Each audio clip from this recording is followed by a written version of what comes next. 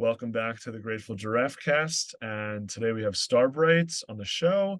Let's just jump right in. Starbrighte, tell us about yourself. Tell us your story. How did you end up wanting to teach us about the art of truth speaking? Sure. Well, since Max let the cat out of the bag, you clearly now know that I'm also referred as Mahilani, which is my born name. I come from a Hawaiian lineage, but I was born in LA, so I consider myself an Angelina. And more recently, I've become Starbrighte. You're probably like, why'd you do that? And it's a great question. Truthfully, the real honest answer is I didn't really do that. Consciousness did. I had a moment where I knew that it was time to continue to share my light in the world and in the no mind, in this gap before heading to my good old sweet dreams. This vision came in, which is what you're seeing now. And I thought, oh my gosh, I know that.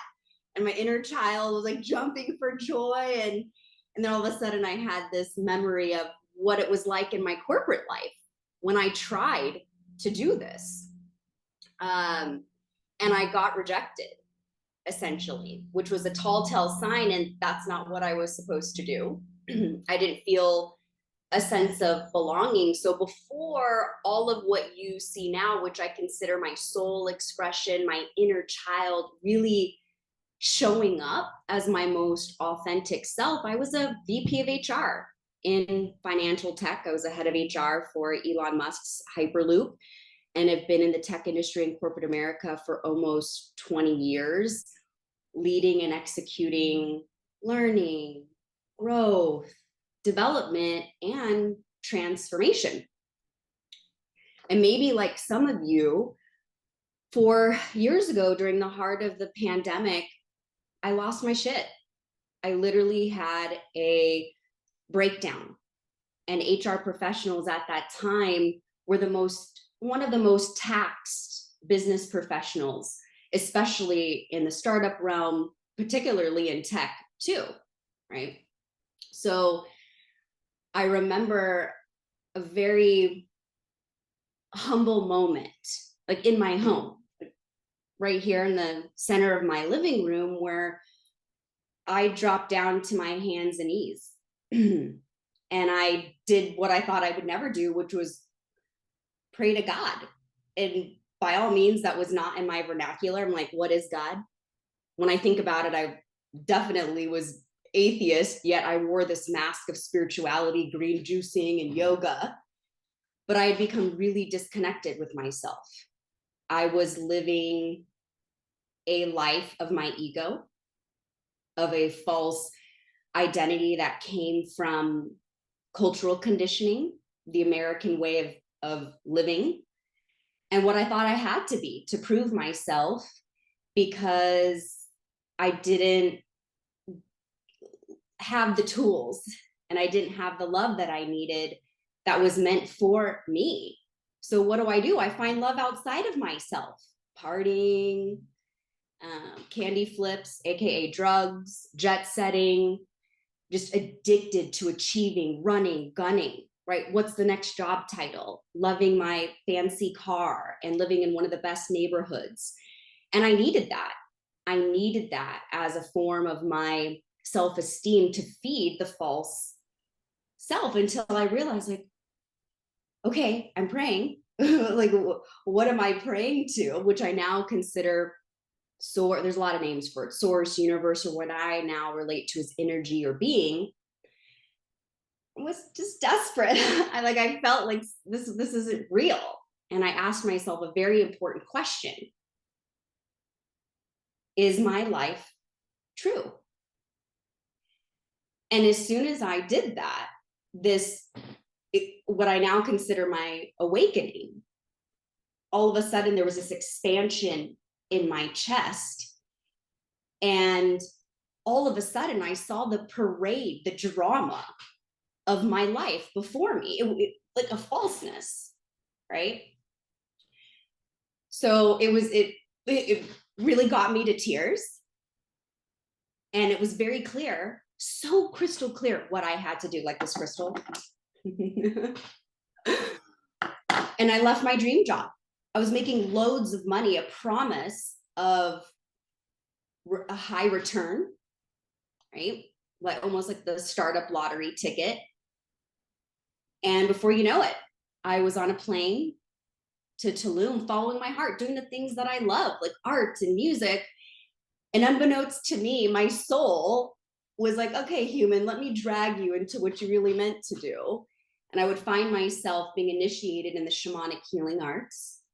And then on that same trip, attending a women's retreat where it would uncover all of my darkness, which I would better say is I learned to love my darkness, my shadow. And the rest is really this magic carpet ride. And then shortly after that, I'm coming home. I've lost 50 pounds because I've lost all of this baggage, emotional, physical, ego, spiritual.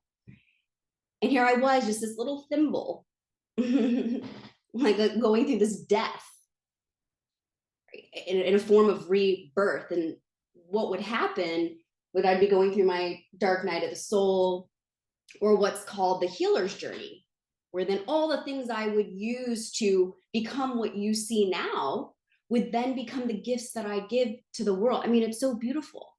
Like sometimes I even get emotional thinking about it. It's like how freaking awesome it is, right? And there's nothing more than one's own experience and going through something to be able to share it in a way that's hyper meaningful. So that's why truth is so important to the identified me, but the real, the consciousness that's flowing through me is what's here.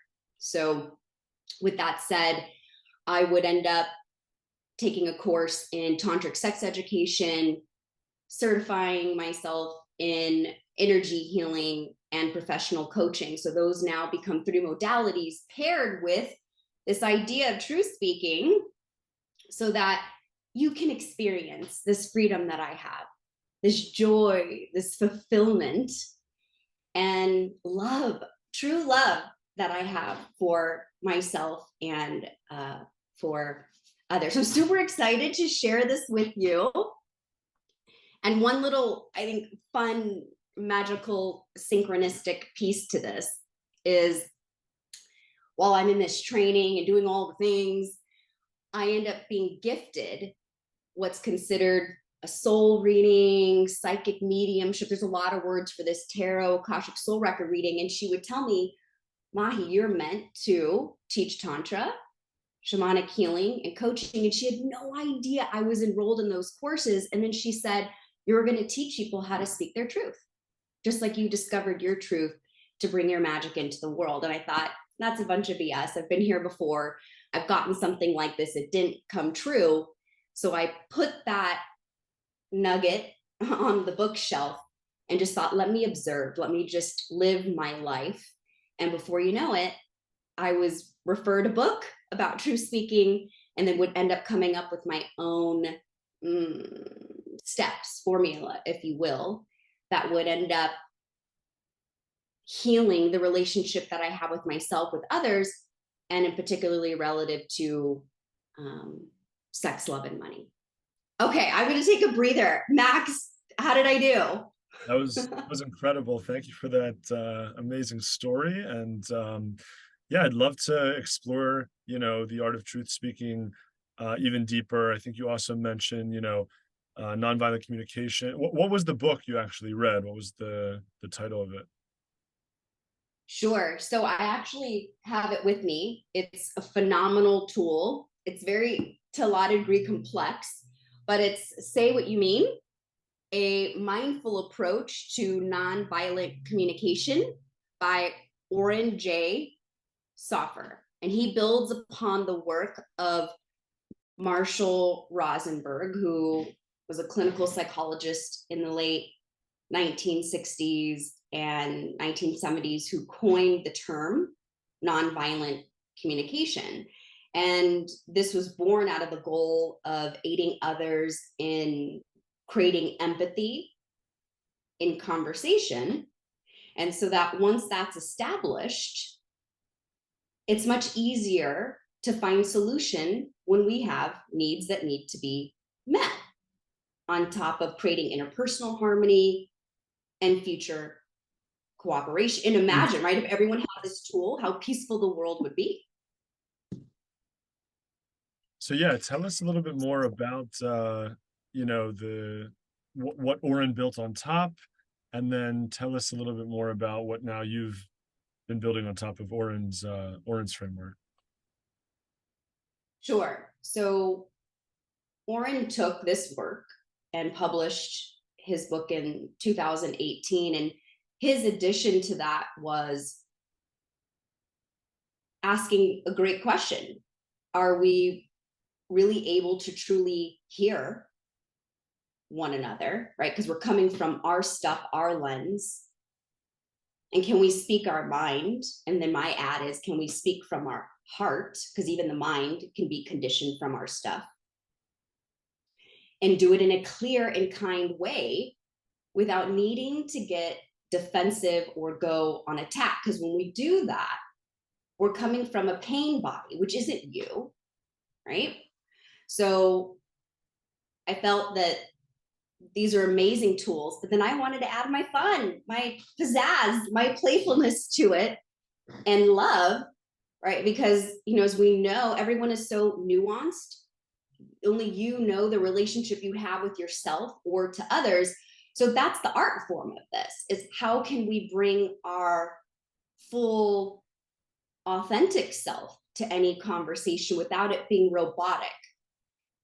And while I will share steps and a formula, remember that's just like putting your training wheels on. And over time, after you practice and finesse, right, like the formula itself, let alone you in it, right, then it becomes something that comes quite naturally, and that then therefore becomes your art, right, which is your way of communicating your truth.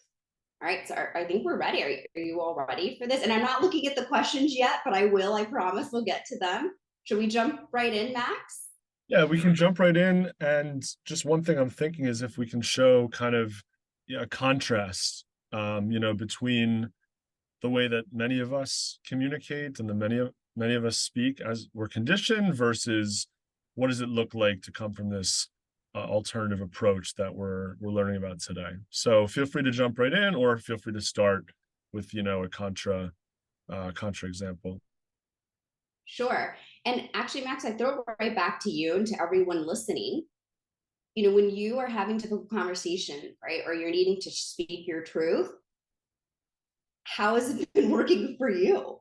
Like what comes up? Like what has been your track record with all of it? And I would say that likely the short answer is the exact opposite of what I just said, right? Like you're not listening, you're not hearing others.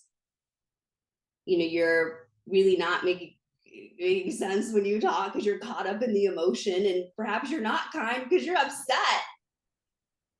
And then you're needing to defend, like the ego has to be defended, right? So that's a short answer, but by all means, just spend, well, as I go through this, think about like how have you showed up. And Max, do you want to answer that, or do you want me to roll through? I can answer that. Whenever I feel triggered, or a boundary's been crossed, or there's something inside of me that like comes up because of something someone else said or something else did, I do my best to respond and not react, right? Like to reflect on why I feel this way, and am I taking things out of proportion, or is there something really here that is worth, sharing? And it's definitely an art because it requires knowledge and effort to be good at it. And, I discovered nonviolent communication probably 4 years ago, and actually did like a book club around it, which Adar was a part of. And we've had many debates about, this formula, this framework. I don't know about Say What You Mean. I haven't read, that book yet. So I'm excited, but yeah, I'm excited to learn, the approach that you've been working with. And maybe we can even practice it on the call and have some other people join in on the fun. Okay, fantastic. I love that you get the fun of this. This is what it's all about, right? Imagine being triggered and communicating your truth can be fun. Like, what a reframe. Like, let's start there. Yeah. Okay. All right. So I'm going to start with the first, and I believe Minling is going to, or Max will drop this in the chat so that you can focus on hearing me versus on the words. If not, I will do my best to try to double dip and pop it in the chat. So one is, what's your truth? And Max kind of spilled the beans. He already talked about like when do I know it, or what is it? And usually how we know is that it's something that needs to be expressed because you've been triggered or an emotion is stirred up within you that doesn't feel great. And usually that means because you have an unmet need or boundary has been crossed, or perhaps you value something and it's not being honored. Or perhaps there's a relationship that needs to be repaired, whether with yourself, someone else, or a relationship to something like, sex, love, and money. So there's that. And then two, right? So I'm going to go ahead.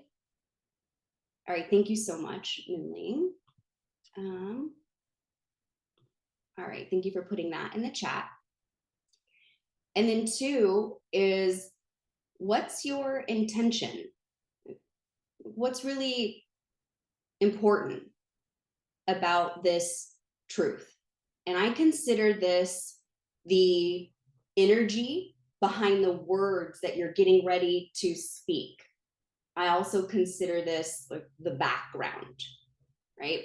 And by the way, a lot of people can feel that before you even start speaking, right? Like energy presents itself well before.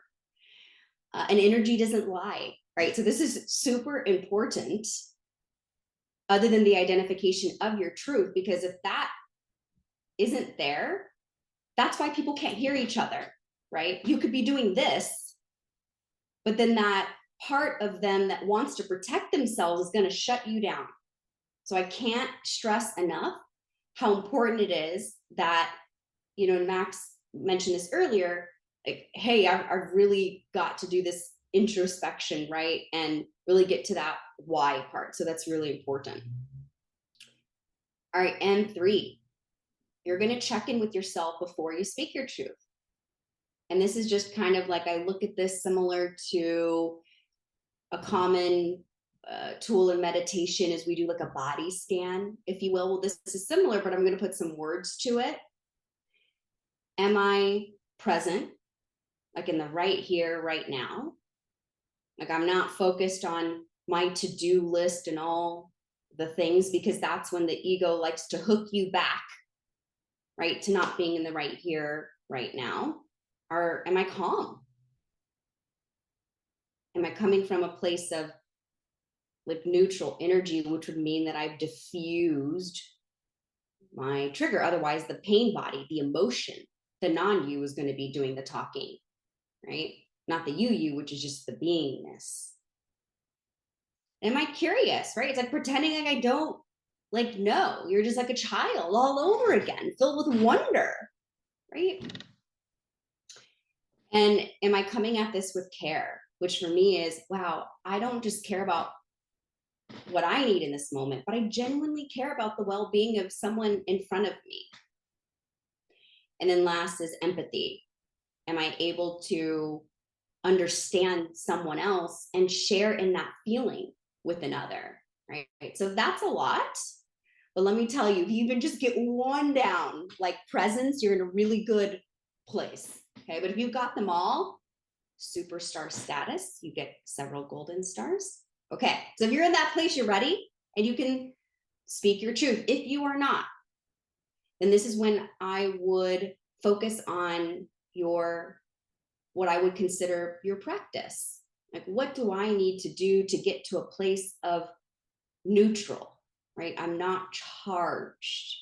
So perhaps you might shake or dance, sing, go for a walk. And of course, my personal favorite, Tantric self-pleasure, another workshop. Breath work, maybe drawing myself. Like there's infinite ways, right, that you could go into that emotion so that you get to that place of calm. All right. 4 is leading with love. So I would consider this the foreground, right? So this is what's in front, right? You want to come off in this sense of, wow, like a kindness, a compassion, and a mutual respect for who you're speaking to. And then, okay, we're here to the meat and potatoes, the star of the show is, okay, like, so now how do I speak this truth? And you're going to start with stating what you noticed and observed, sticking to the facts, which is always the hard part, right? Because we're naturally judging, we like labels and all the things. And I'm going to give you an example. You're going to state how what happened made you feel using I statements. As soon as you start doing the you, it's the blame game and the defensive walls go up. So it's about the I, because this is what you are experiencing, because this may not be what someone else is experiencing. So remember that. And then state what you value, right? And followed by a request for change. All right, so an example with that, using what I just mentioned, is imagine you're with a partner, you connected via sex, and you want to offer some feedback, a truth, right?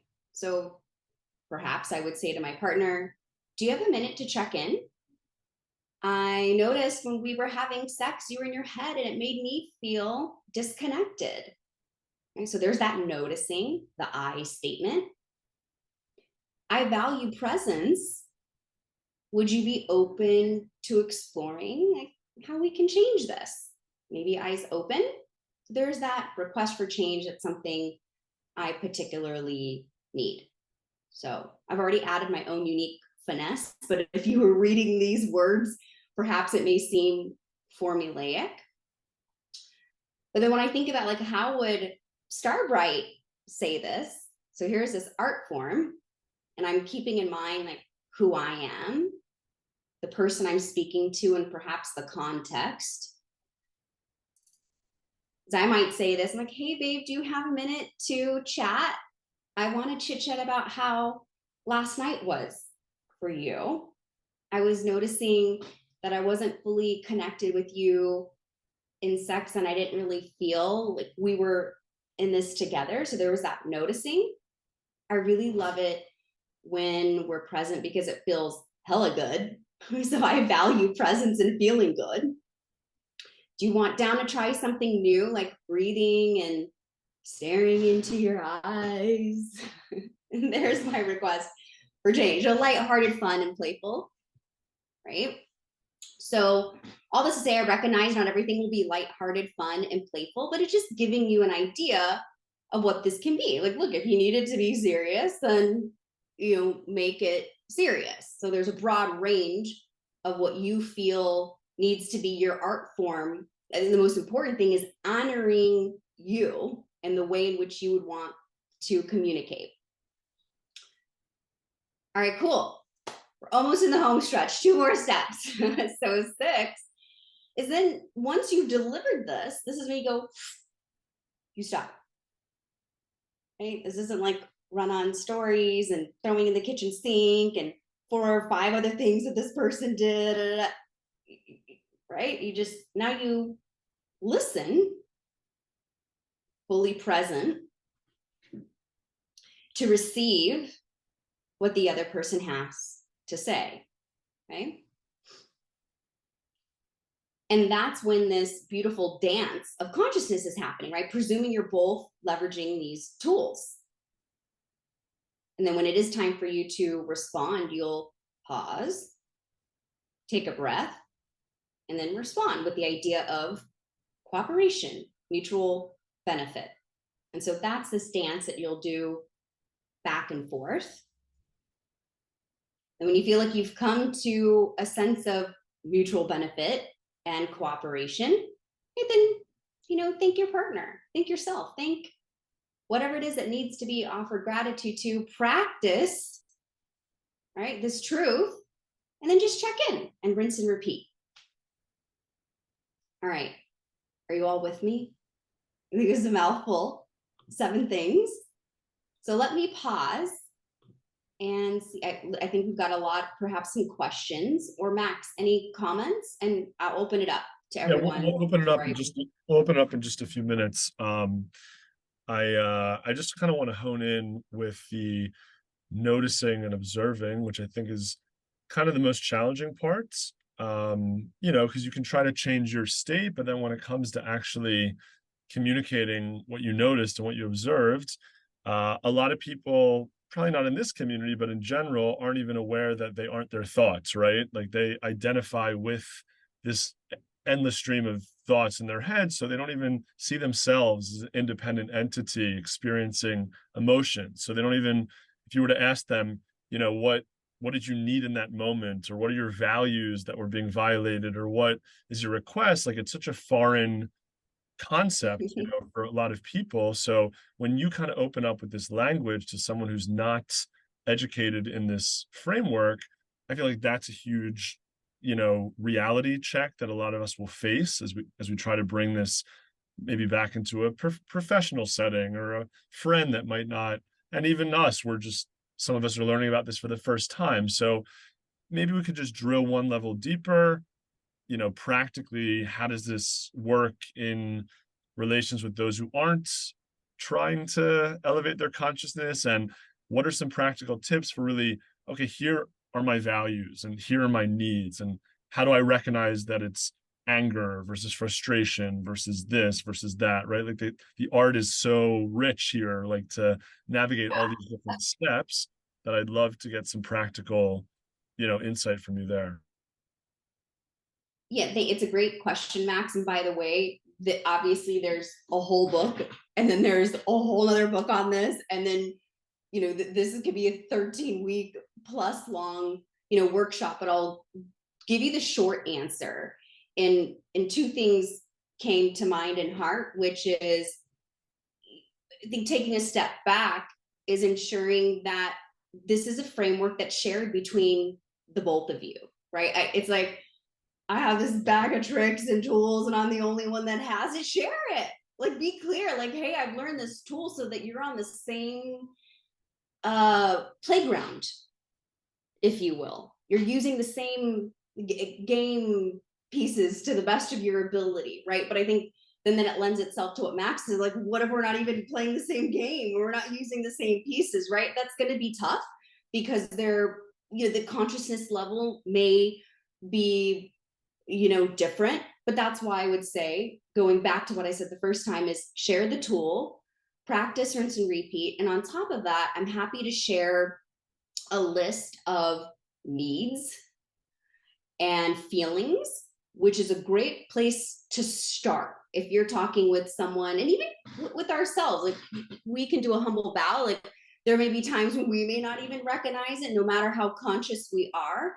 And I think this is a great list to start tuning into what that's like for you. And so I'm happy to, if anyone wants to message me in Circle, I'm happy to send it to you, so that when something arises in you and you're like, oh, I don't know what this is, a great opportunity is to look at this list and start not just recognizing it and bringing awareness and investigating, but then putting a name to it. So I think that would be helpful, so that you can speak the same language. So, and I'd say the third thing that's coming up is, look, when you're in the heat of it, right, you're caught up in it, because you may come to this cool as a cucumber, and then as you're talking, even with all this wisdom, you get triggered again, right? Or your partner does, and all of a sudden, like, it's like this volcano of energy between yourself and the two of you is like uncontrollable. Well, that's the time when you say, time out. I'm noticing this in me, right? I'm feeling, right, that this feeling, would you be open to maybe taking a break and coming back to this, so that you can come back and, right, to this place of neutral? Or perhaps that person needs to learn those tools all over again. I hope that's helpful. So just to be clear, like this framework is mostly intended for partner work versus like I have a colleague who's pissing me off, or I have a friend who, or a family member who I just, want to like level with. How would you, suggest people apply this framework? And obviously, if they're not experts in this framework, it's hard for them to share it from a place of like expertise, right? Whereas you're working with it all the time. So it's easier for you to answer questions. But like if I go and I take this framework and I try to share with my partner or whoever, and I'm a novice, then wouldn't that lead to potentially more confusion or more, misunderstandings? This can be used in any relationship, personal, professional. I just use a partner, situation. And I go back to what I said is it's, if they're unfamiliar with this, it's a good opportunity to open up dialogue on this tool and introducing it, to someone so that you have that you're speaking the same language. So yeah, let's move to the Q&A. I'll start with let's see, V really talked about, taking that leap to live in your truth and be grounded in reality. And, there's a lot of people who are aspiring artists, but that are kind of worried about money. Like, how do you actually sustain a lifestyle and living your truth? And I think that's connected to the art of truth speaking. So, Starbright, maybe you can share, just your perspective on how to be sustainable when living in your truth. Um, yeah. Yeah. Okay, cool. I'm gonna work backwards. I'm gonna tell you it's hard as a mother heifer. Let me tell you. I'm not gonna pretend that it's all rainbows and butterflies, especially when it comes to money, especially when you're used to making a whole hell of a lot of it and just it's coming and right, you can count on it. And then all of a sudden you're, oh, I'm living my dharma. This is what I meant to do. Like, where is all of it? Right. But that's all part of it, right? That's the leap, right? You're trusting in a path, right? You're and it's a minute to minute, moment to moment thing, right? Where it's again, I go back to it's right, it's seemingly simple as the presence, is if I can trust in this moment right here, right now, this guidance will unfold from within me, not from here, right? Not from out here, right? And that guidance is an inspired idea, action. And I'll give you a great example.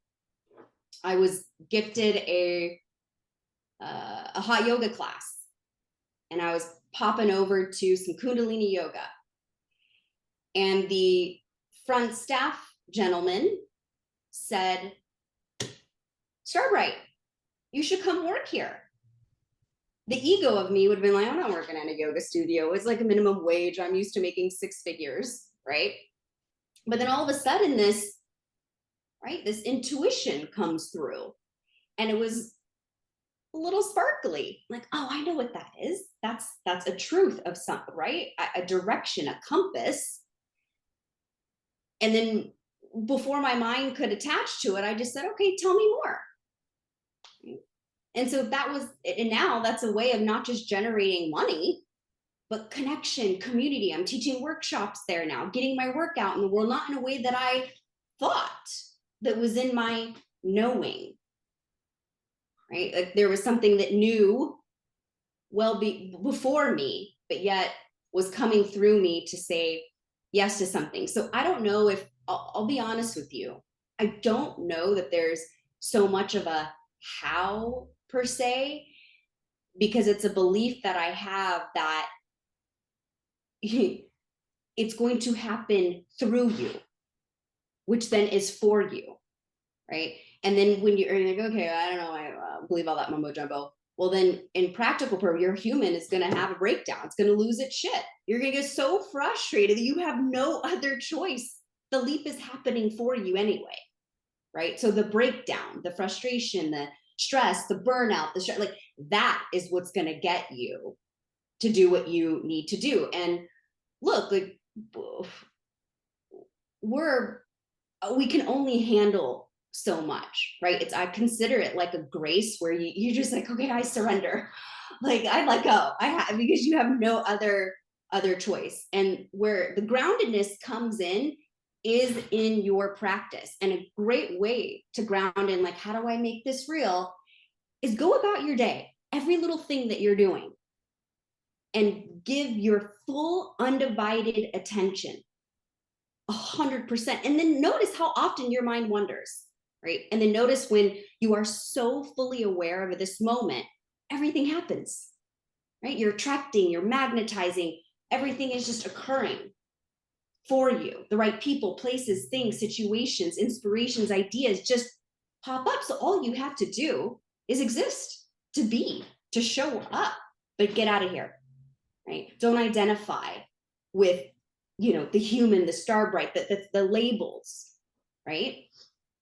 Here, right now. Hope that helps. Yeah, I mean, on the one hand, it's very inspiring, and on the other hand, it's terrifying, I think, to most people. Yeah, Want to have to 100%. face that. We're not trained. Yeah, we're not learning in school to be comfortable with the unknown. Right. We learn just the opposite of knowing all the time, right? I need the rubric.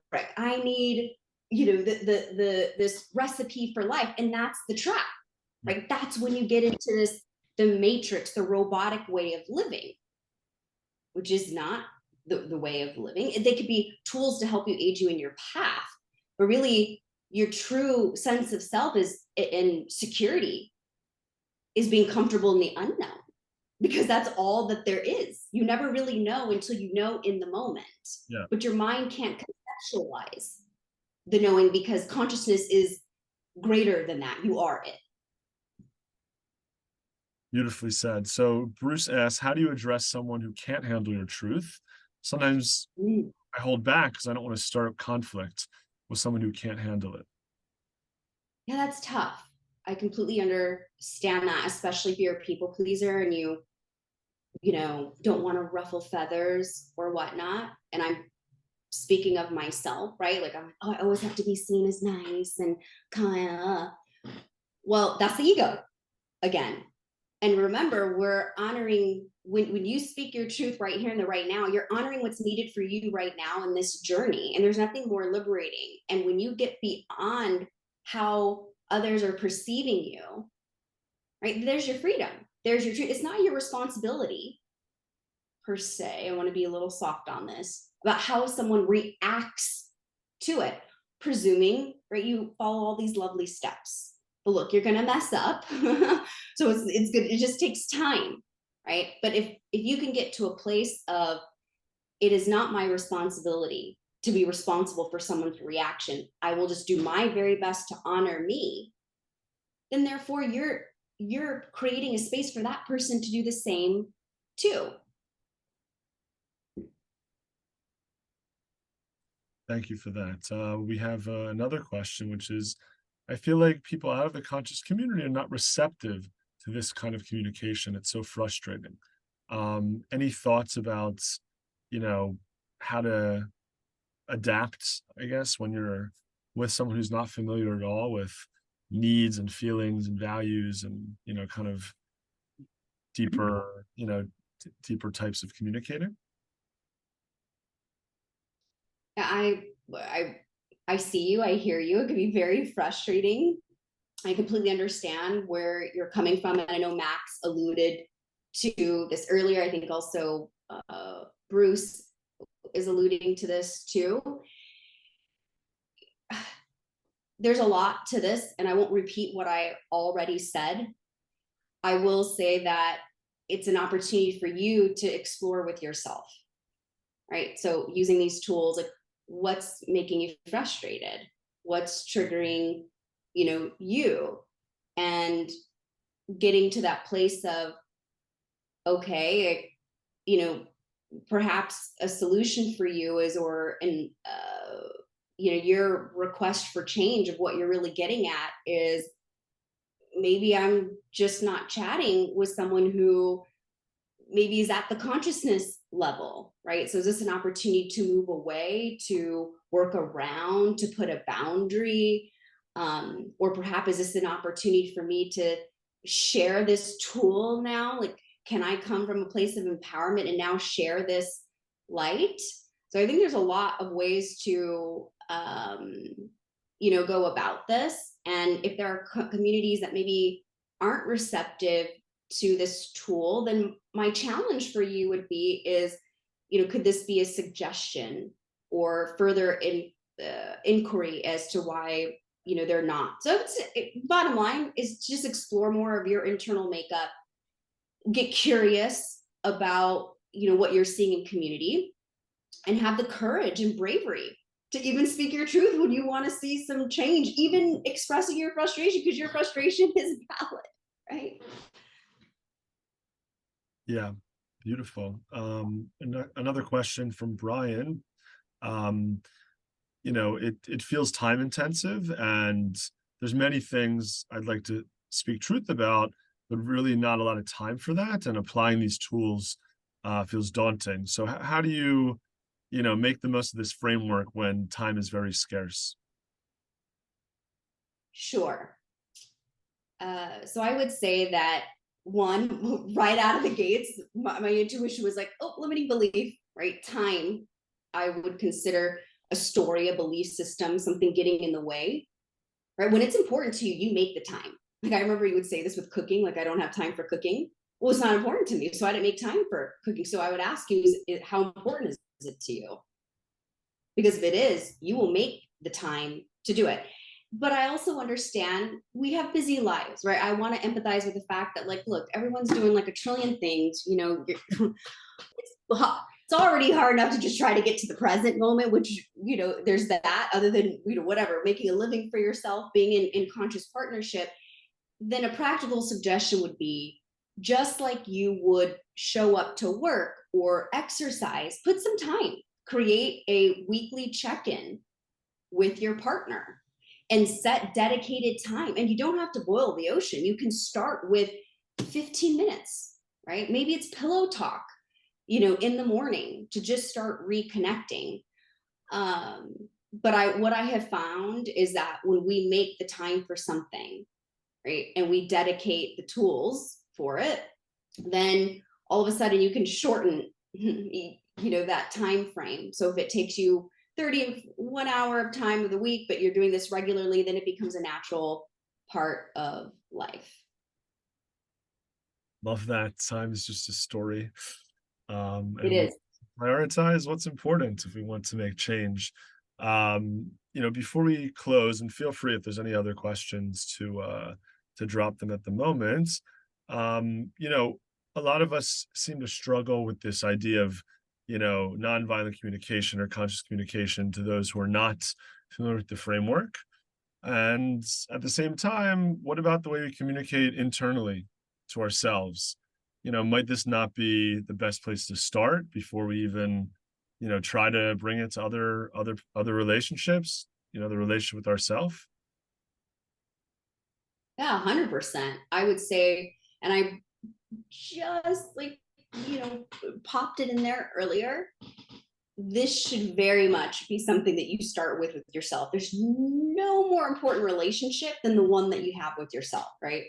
So I would say practice on yourself, right? Use these tools in any situation. And I know it might be seemingly funny, right? Like, oh, I'm going to follow this formula. Right. But again, like anything else, like once you get it down, then it's going to become more natural. And look, it's like when I think about loving oneself, when we do that, then love comes to us naturally, right? So it's like, do that, put this art of truth speaking for yourself, and then you'll attract that same kind of energy when you have this conversation with others. So Max, yes, absolutely, start with yourself, practice on you. It's definitely the lowest stake Exactly. that you can do, other than with friends and trusted community. And if there's one statement that is standing the test of time, it would be know thyself, right? So that's this is definitely a way to get to know yourself better. So I think in our last 5 minutes, anyone who can speak and wants to have a nice practice with another giraffe can stick around, and we'll split into breakouts. And then those who are unable to do that today, thank you so much for coming. Next week, Minling, what should we expect on the show, if you It recall? is, yeah, it is around, it's with Ellie and it's around PTSD and how to heal it, I believe. Let me just pull it up real quick. Give Sounds me one second. Yeah, very timely. just pulling it up real quick. It's healing through, I think, how therapy can be used to heal trauma and PTSD. So that's next week. Can't wait for that. And yeah, in the meantime, I mean, Starbright, what would you say is kind of like the prompt for the breakout room? Just if you want to share some guidance.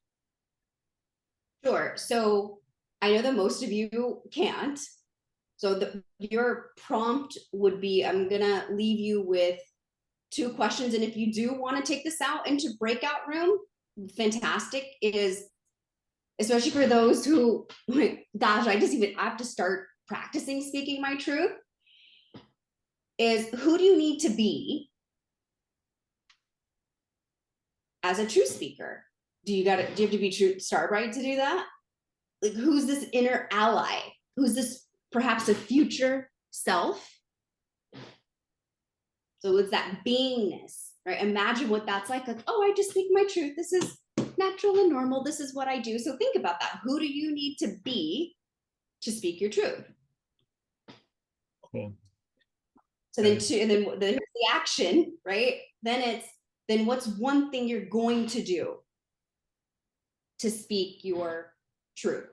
So I actually think that would be a great breakout. And then of course, if you want to go a little bit deeper, for those who are extra credit, then just follow the steps 1 through 7. And what I would suggest is think about a truth that needs to be spoken right now and role play with one another and practice. Yeah. Yeah. Amazing. Okay, so we'll break out for 5 minutes. Each person will have a chance to answer, and then we'll come back and just say goodbye before continuing on our days.